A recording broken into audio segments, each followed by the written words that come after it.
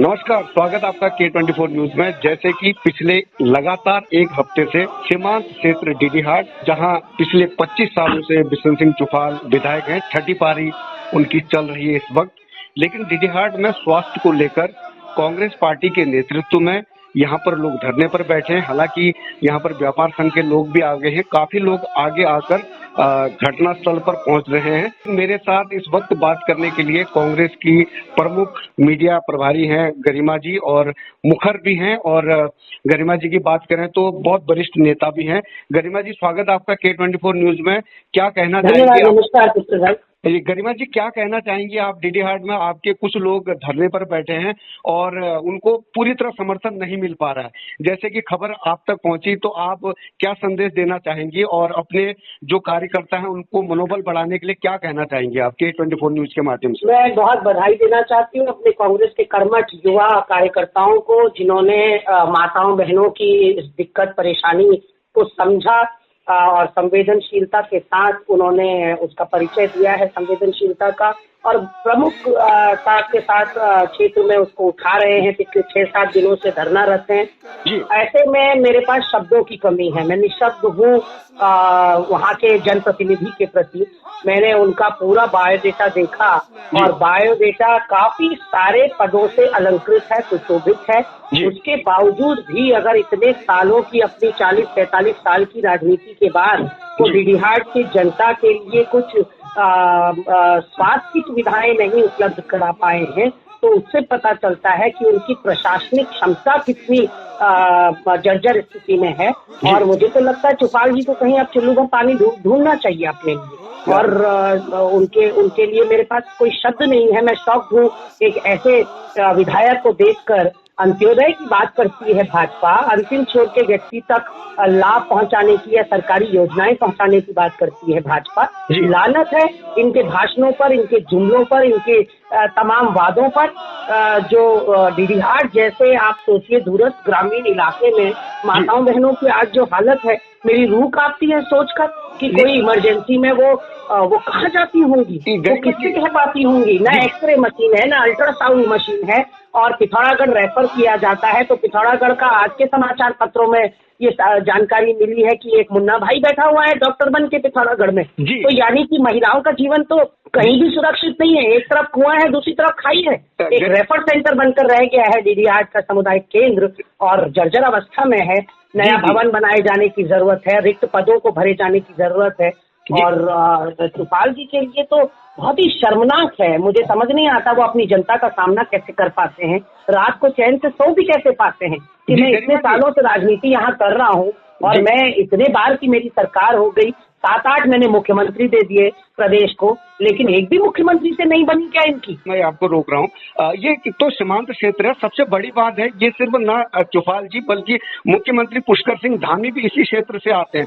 मुश्किल से करीब 10 से 12 किलोमीटर दूर पुष्कर सिंह धामी की जन्म स्थल है, ये जन्मभूमि है। इसके बारे में क्या कहना चाहेंगे आप? एक मुख्यमंत्री है और एक 26 साल से विधायक है। उस जगह पर अल्ट्रासाउंड और एक्सरे के लिए जूझना पड़ रहा है, जनता को सड़क पर उतरना पड़ रहा है। आप क्या कहना चाहेंगे इस पर? मैं जैसा कि मैंने कहा, मैं हतप्रभ हूँ। और ये दूसरा टेन्योर चल रहा है मुख्यमंत्री धामी का। अब दूसरे टेन्योर में भी अगर वो अपने गृह जनपद की, जहाँ वो जन्म स्थली है उनकी, उसकी सुध नहीं ले रहे हैं, तो ये तो चिराग तले अंधेरा वाली बात होगी। बिल्कुल। तो ऐसे में ऐसे मुख्यमंत्री से क्या आप अपेक्षा कर सकते हैं जो अपने गृह जनपद में स्वास्थ्य जैसी जो मूलभूत सुविधा है, स्वास्थ्य सुविधा कोई ऐसी सुविधा नहीं है कि आप मेट्रो ट्रेन दे रहे हैं वहाँ के लोगों को या बुलेट ट्रेन दे रहे हैं। जैसे तैसे हमको पता है कि पहाड़ की जिंदगी पहाड़ जैसी होती है। मूलभूत सुविधा जो है, हर व्यक्ति देखिए बीमार पड़ता है अपने जीवन काल में। हर महिला जो है प्रसव पीड़ा से गुजरती है, और उस पर उसको ये अगर संतुष्टि ना हो कि उसके आसपास के इलाकों में कोई ऐसा है जो उसके ऐन मौके पर जान की रक्षा कर पाएगा। और क्योंकि मैं एक महिला हूं तो मैं उस पीड़ा को समझ सकती हूं कि जब आप गर्भवती होते हैं तो आप कितना अंदर से घबराए होते हैं, आप कितना नर्वस होते हैं कि सब कुछ ठीक ठाक हो जाए, डिलीवरी ठीक से हो जाए, बच्चा सकुशल निकल जाए और एक तरह से ये नया जीवन मिलता है किसी महिला को। जी गरिमा जी, यहाँ से देखिए, यहाँ से पिथौरागढ़ जाने में कम से कम 2,500 से 3,000 रुपए सिर्फ गाड़ी का किराया लगता है। उसके बाद अगर पिथौरागढ़ में भी जब पिथौरागढ़ के लोगों का इलाज, क्योंकि सुबह सुबह तो पिथौरागढ़ वाले ही अपनी लाइन पर लगेंगे, इनको यहाँ से गाड़ी बुक करके जाना होता है, फिर ये लोग कम से कम 1,000 से 2,000 रुपए प्राइवेट में अल्ट्रासाउंड करवाती है गर्भवती महिला। इसके लिए आप क्या कहना चाहेंगे गरिमा जी? आपको भी मैं ये कहना चाहूंगा, इसमें कांग्रेस भी बची नहीं है, क्योंकि जितने साल भारतीय जनता पार्टी ने राज्य किया इस प्रदेश में, उतने साल कांग्रेस को भी मौका मिला है। क्या कांग्रेस की भी जिम्मेदारी नहीं थी कि डीडी हार्ट को एक अल्ट्रासाउंड मशीन और एक एक्सरे मशीन देने की? उन्होंने भी नहीं सोची थी, इस मांग को उन्होंने भी नहीं रखी, क्योंकि यहाँ पर वो लोग बहुत कुछ नहीं मांग रहे, सिर्फ एक अल्ट्रासाउंड मशीन और एक ऑपरेटर मांग रहे हैं। मैं आपकी बात से सहमत हूँ, लेकिन जो आपने समय काल बताया, अब भाजपा का ये तीसरा टेन्योर चल रहा है और 5 सांसद भाजपा के इस वक्त हैं प्रदेश के अंदर। और वहीं आपने जो बात कही, मैं उससे अक्षरशः सहमत हूँ कि ये बहुत बड़ा दुर्भाग्य है अगर हमारी सरकारों में भी नहीं हो पाया। और वहाँ का जो स्थानीय विधायक है, देखिए उसके ऊपर बहुत कुछ निर्भर करता है। किशन सिंह चौहान हो चाहे कोई हो, मैं चश्मदीद गवाह हूँ इस बात की। स्वर्गीय सुरेश सिंह जीना जी अब नहीं रहे, लेकिन माननीय हरीश रावत जी के पास विपक्ष का भी कोई विधायक यदि अपने क्षेत्र के कार्यों के लिए पहुंचता था तो कभी भाई भतीजावाद उन्होंने नहीं किया, कभी मेरा दल तेरा दल उन्होंने नहीं किया। लेकिन उनको जिस तरह से वहाँ के क्षेत्रीय विधायक ने अंधेरे में रखा, और मेरा मानना यही है कि अगर डीडी हार्ट तक हम नहीं पहुँच पाए, डीडी हार्ट के लोगों तक हम नहीं पहुँच पाए, तो मैं हाथ जोड़कर और सर झुकाकर उनसे माफी मांगना चाहती हूँ कि आपके साथ जो अन्याय अत्याचार हुआ है 23 साल के उत्तराखंड में, आपको जो स्वास्थ्य सुविधाएं नहीं मिल पाई हैं, उसमें अगर हम भी गुनाहगार हैं तो हमें क्षमा कीजिएगा। लेकिन डेफिनेटली सारा दारोमदार जो है वो जनप्रतिनिधि का होता है। जनप्रतिनिधि एक कड़ी होता है जनता की और सरकारों के बीच में, वो इसीलिए चुना जाता है कि वो उसकी बातें विधानसभा में उठाएगा, विधानसभा पर उठाएगा। उत्तराखंड बनने से पहले से विधायक है यहाँ पर, उत्तराखंड। मैं वही आपसे कह रही हूँ ना, मैं वही आपसे कह रही हूँ कि कहीं अगर हमारी चूक है, हमसे गलती हुई है और हम नहीं पहुँच पाए आप लोगों तक, तब तो मैं मेरे पास शब्द भी नहीं है कि मैं किन शब्दों में आपसे माफी मांगू।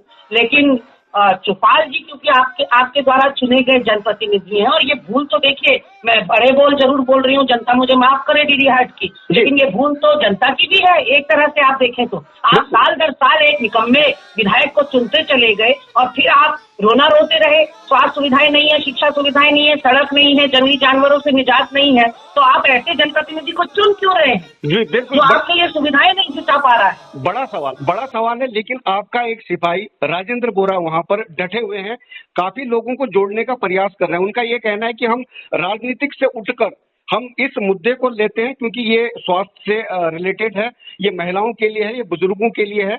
राजेंद्र बोरा का ये कहना है कि हमें राजनीतिक से हटकर आगे आना होगा, और कांग्रेस जनों को भी वो लोग यही कह रहे हैं। राजेंद्र बोरा कांग्रेस को भी कह रहे हैं कि कांग्रेस की भी गलती है, लेकिन कांग्रेस भी उनका सहयोग नहीं कर रही है। आज आप K24 न्यूज के माध्यम से, क्योंकि सबसे पहले इस सवाल को हमने उठाया था, हमने अपने चैनल पर सबसे प्राथमिकता पर इस खबर को उठाया था, आज मेरे चैनल के माध्यम से आप राजेंद्र बोरा और डीडी हार्ट की जनता को क्या मैसेज देना चाहती है, और किस स्तर पर आप लोग खड़े हैं राजेंद्र बोरा और डीडी हार्ट की जनता के साथ? गरिमा जी। सबसे पहले तो कृष्ण भाई, मैं आपको कहना चाहती हूँ, आपका बहुत बहुत कोटि धन्यवाद कि आपने जनहित के मुद्दों को उठाया, क्योंकि अमूमन आजकल पत्रकार जो है वो जनहित को छोड़कर जिससे टीआरपी मिले इस तरह की अनर्गल खबरों को ज्यादा तवज्जो दे रहे हैं।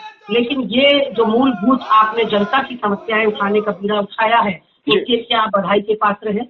और राजेंद्र बोरा को मेरी ढेर सारी शुभकामनाएं हैं। राजेंद्र बोरा ने अलख जगाई है वहाँ स्वास्थ्य सेवाओं के लिए, और उसी कड़ी को मैं आज आगे बढ़ाने जा रही हूँ। अभी 12 बजे मैंने प्रेस कॉन्फ्रेंस कॉल की है, मुख्य प्रवक्ता होने के नाते मैं राजेंद्र बोरा जी से मेरा संपर्क हुआ, उन्होंने मुझे बताया, जानकारी दी, क्योंकि देखिए यहाँ देहरादून में बैठकर डीडी हार्ट की खबरें हम तक नहीं लग पाती, कोई ना कोई कड़ी तो बनना पड़ेगा। जैसा कि मैंने कहा कि चौपाल को कड़ी बनना चाहिए था, चाहे कांग्रेस की सरकार थी चाहे भाजपा की सरकार थी, चौपाल को ये बीड़ा उठाना चाहिए था। कि वो अपनी जनता की समस्या उठाए। अब राजेंद्र बोरा जी ने क्योंकि मेरे संज्ञान में लाया और संज्ञान में आने के बाद भी अगर मैं कुछ ना करती तो मैं गुनहगार थी, लेकिन मैं डेफिनेटली जितना भी हमसे हो सकेगा एक मुख्य विपक्षी दल के नाते राजेंद्र बोरा को हमारी ढेर सारी शुभकामनाएं हैं। वो वहाँ बीड़ा संभाले, हम यहाँ मोर्चा संभालेंगे और ऐसे ही हाथ से हाथ जुड़ेंगे और कड़ी से कड़ी जुड़ेगी। और धृतराष्ट्र जो बने रहते हैं या जो कुंभकर्ण की नींद में सोए हैं, ऐसी कोई भी सरकार को हम जगाने का बिल्कुल प्रयास। जी बिल्कुल गरिमा जी, देहरादून तक बात कैसे पहुंचेगी जो आपने इससे पहले कुछ बात कही थी मीडिया के लिए, क्योंकि मीडिया वाकई में उसी खबरों को दिखाना चाहती है जिन खबरों से उनको प्रॉफिट होता है, लेकिन K24 न्यूज ने ग्राउंड से इस खबर को उठाया है। हम लगातार दिखा रहे हैं, ये प्राथमिकता रहेगी हमारी। हो सकता है कुछ लोग हमारे पर कुछ बातें भी कहेंगे, हमारे पर आरोप भी लगाएंगे, लेकिन हम इस खबर को प्राथमिकता तक उठाएंगे। बहुत बहुत धन्यवाद, आप K24 न्यूज से जुड़ी हैं। और चलते चलते आप एक बार जरूर आश्वासन दीजिए डीडी हाट की जनता को कि कब तक आप लोग डीडी हाट में मशीन लगवाने के लिए धामी सरकार को जगाने में सक्षम हो पाएंगे। गरिमा जी देखिए, आज तो मैं 12 बजे प्रेस कॉन्फ्रेंस कर रही हूँ। अगर मैं देखती हूँ अगर 3-4 दिन में कोई निर्णय नहीं होता है इस विषय पर तो फिर डेफिनेटली मैं माननीय मुख्यमंत्री जी से स्वयं मुलाकात करूंगी। और क्योंकि पहाड़ की बेटी हूँ, एक महिला हूँ, तो ये मुद्दा जो है मेरे दिल के बहुत करीब है। और मैं साधुवाद आपको, धन्यवाद आपको देना चाहती हूँ, आभार व्यक्त करना चाहती हूँ कि आप भी एक कड़ी बने हैं जिससे मुझे डीडी हाट का ये पूरा दृश्य पता चला कि डीडी हाट में आखिर चल क्या रहा है।